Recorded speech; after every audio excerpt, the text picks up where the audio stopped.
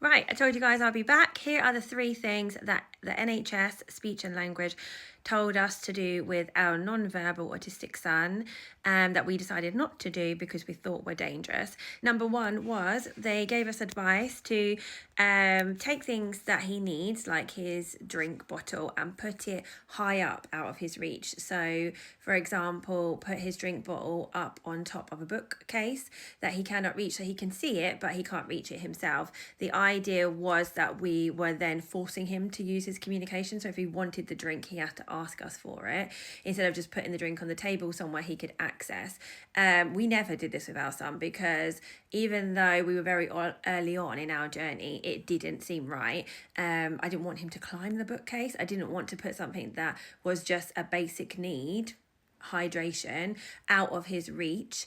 It seemed very cruel, so we never did that one. I still believe very, very dangerous, and I wouldn't take that advice from them now.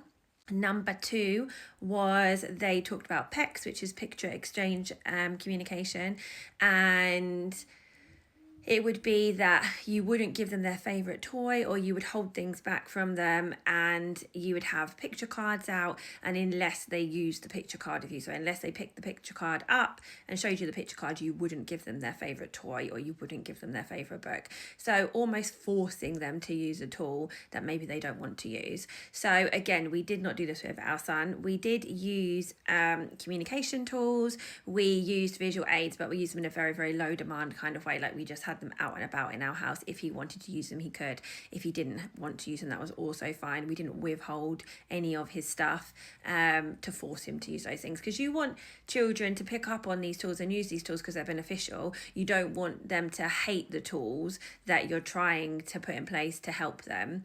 So that was another one that we didn't take on board. I'm Rosie, an autistic mum creating visual supports that help neurodivergent kids feel safer, calmer, and more understood. The third one was we started to attend a speech and language group which had a couple of children all together. I think it was like a money saving thing. You used to be able to have your appointments 1-to-1, but this was the beginning of 2020, and they started grouping children together and doing sessions. So there was one boy in that session, and he obviously shouldn't have been in that session. He should have had a 1-to-1. He was so dysregulated that whole session, and I remember them saying over and over again that he had to stay, and they forced him to stay in the room, and he was screaming and he was crying and he was trying to get out. And they said that if the mum left or if she didn't engage with the classes, then they would get taken off the list and they wouldn't have speech and language help or support, which again was alarm bells for us, because this child was obviously very dysregulated, and keeping them in this group wasn't beneficial for that child. He wasn't taking anything away from the group, but it was almost like he had to meet that expectation from them of, like, he had to attend the group, and if he couldn't attend the group, they weren't going to help him. So that was another red flag for us about speech and language. And they did another thing in the group which I really didn't like. Luckily for us, we only attended one group, because then they stopped running them because COVID hit and all of the groups stopped. So for us, that was actually a really positive thing, because I don't know at the time if I would have just keep attending just so he didn't get taken off the list. My son didn't mind the groups, but like I say, there was this thing that they did at the end where they would have a really fun activity, and then they would let maybe 2 of the 5 children or 6 children in the group do the activity in front of all the other children, and then they would stop the class.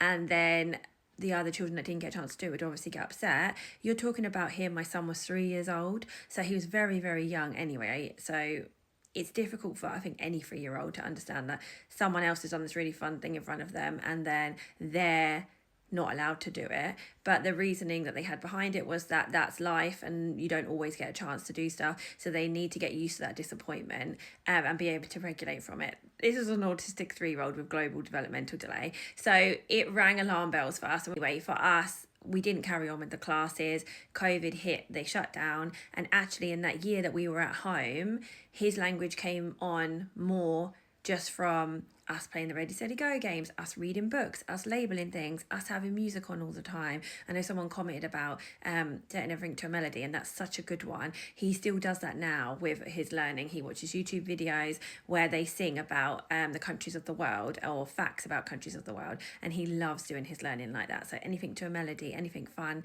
like that. We use visual aids in a really, really relaxed way. We have them all around the house. And like I say, his language came on so much in that year that he spent with me when we were all at home. And I'm very thankful that was the way that we went, and we didn't carry on with this group. So for anybody that's in that situation, if you are attending these groups, if you are getting given advice like that, just make sure that you work out for you whether it works for your child, whether you think it's humane, whether you think that there's other ways that you could approach the same thing and get the same results without having to withhold their things. So just watch out for those things, because professionals do recommend them to you, and you have every right to say, no, we don't want to do that strategy with our child. So I hope that helps, and I will see you on the next video.